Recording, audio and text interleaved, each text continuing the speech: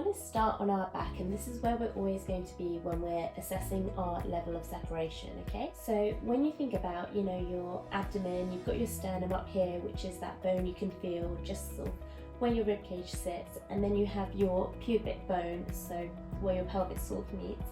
And we really want to be assessing everything in between, so from your sternum to your pubic bone.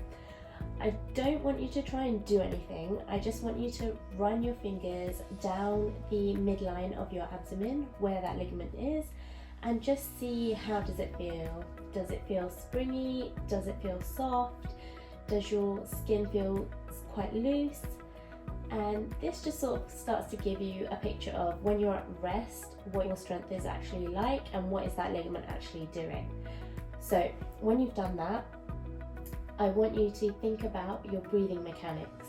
So what happens when you do have an abdominal separation is you can get what's called coning, and that's when you kind of see this sort of push when you come up, and it's just signifying that the pressure of your breathing, which intra-abdominal pressure, is not properly managed.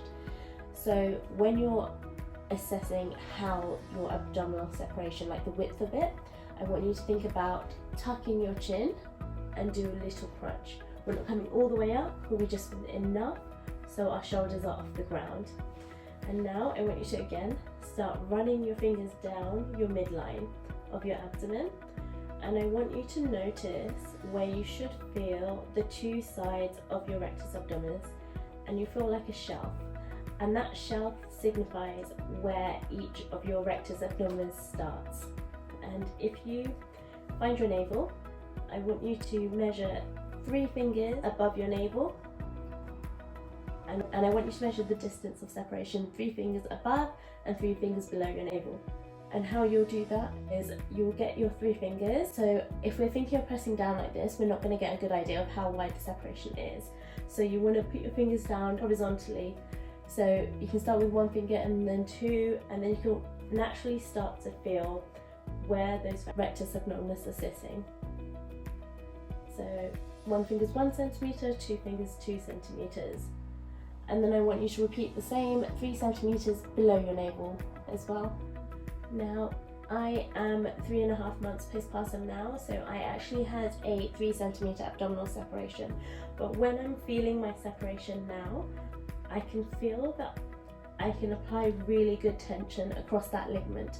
I can't press down into that ligament, which tells me that I've regained a lot of strength through it. And yes, it is closed, but remember, that is not the aim. The goal is that we want to make sure that we're able to distribute the tension across that ligament appropriately. And once you've done that, I want you to come back down, and I want you to repeat the same thing, but I want you to draw your pelvic floor up this time. So taking a deep breath in and then coming up, I want you to draw up your pelvic floor as well, and then I want you to reassess as well. So 3 centimeters above your navel and 3 centimeters below your navel, I want you to measure the degree of separation. And note, does it feel stronger? Do you feel that you're able to apply tension better when you've got that pelvic floor contraction? And when you find that, you need to take that into your training sessions with you, because when you think about, when we do a squat or when we do a lunge or anything that we do in our training, we are basically going to need to create that tension across that ligament to make sure that we're safely performing our exercises.